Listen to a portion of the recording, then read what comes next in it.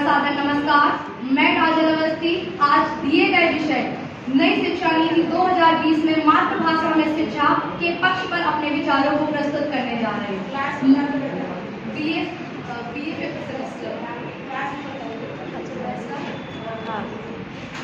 इस मंच पर इंसान से इंसान मिलता है, यहाँ राम मिलते हैं, यहाँ रहमान मिलता है। ना कोई हिंदू, ना कोई मुस्लिम, ना कोई सिख, ना ईसाई। जी हाँ साहब, ये वही मंच है जहाँ सारा हिंदुस्तान है।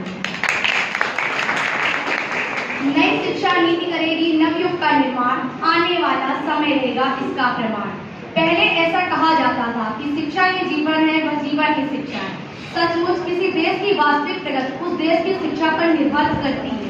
शिक्षा एक वह अमूल्य निधि है जो मनुष्य को विश्व के अन्य प्राणियों से अलग कर उसमें श्रेष्ठ व सामाजिक प्राणियों के रूप में उसे जीवन जीने योग्य बनाती है। शिक्षा के अभाव में न केवल व्यक्ति का बल्कि समाज का भी विकास अवरुद्ध हो जाता है। शिक्षा के इन्हीं छोटे बड़े महत्व को देखते हुए सरकार द्वारा समय समय पर कई राष्ट्रीय शिक्षा नीतियों को लाया जाता है ताकि शिक्षा को हर एक व्यक्ति तक आसानी से पहुंचाया जा सके। किसी देश की उन्नति का आधार भी उस देश की शिक्षा ही होती है।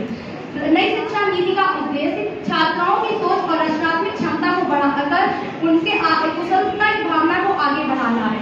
नई शिक्षा नीति में न केवल स्कूल स्तर के बल्कि उच्च स्तर के भी उच्च शिक्षा स्तर में भी कई बदलाव किए गए हैं। नई शिक्षा नीति का एक महत्वपूर्ण उद्देश्य यह भी है कि व्यक्ति बनाने के साथ साथ जिस भी क्षेत्र में रुचि रखता है उस क्षेत्र में उसको प्रशिक्षित करना है। नई शिक्षा नीति में कई महत्वपूर्ण स्तंभ हैं, जिनमें से एक महत्वपूर्ण स्तंभ यह भी है मातृभाषा में शिक्षा और राष्ट्रीय स्तर पर आगे बढ़ाना। यह संकलित है कि बच्चे अपने घर की भाषा आमतौर पर मातृभाषा में को अधिक सार्थक अवधारणा को अधिक तेजी से सीख जाते हैं और घर की भाषा आमतौर पर बोली जाने वाली मातृभाषा होती है या समुदाय स्थानों पर बोली जाने वाली भाषा होती है। नई शिक्षा नीति में कम से कम मातृभाषा देने का आदेश दिया गया है। कम से कम कक्षा 5 तक मातृभाषा बच्चों को दी जाए। ऐसा करने से वह पढ़ाई को किताबी भाषा में न रखकर मानसिक समझ को बढ़ावा देंगे और इसी के साथ साथ अपने जीवन में भी उसका सामान्य बोलचाल में भी उसको उतारेंगे और यह ज्ञान उन्हें अधिक समय तक याद भी रहेगा। और जो चीजें हम अपनी भाषा में आसानी से सीख व समझ सकते हैं वह किसी अन्य भाषा में सीखना उतनी आसान तरीके से संभव नहीं है।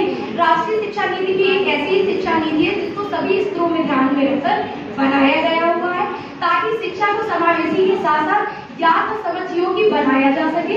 अंत में मैं काजल अवस्थी अपनी वाणी का समापन बस कुछ पंक्ति के साथ करना चाहूंगी कि उगता है सूरज तो आकाश बदल जाता है, उगता है सूरज तो आकाश बदल जाता है, मन में दृढ़ संकल्प रहे तो विश्वास बदल जाता है और जब जब युवा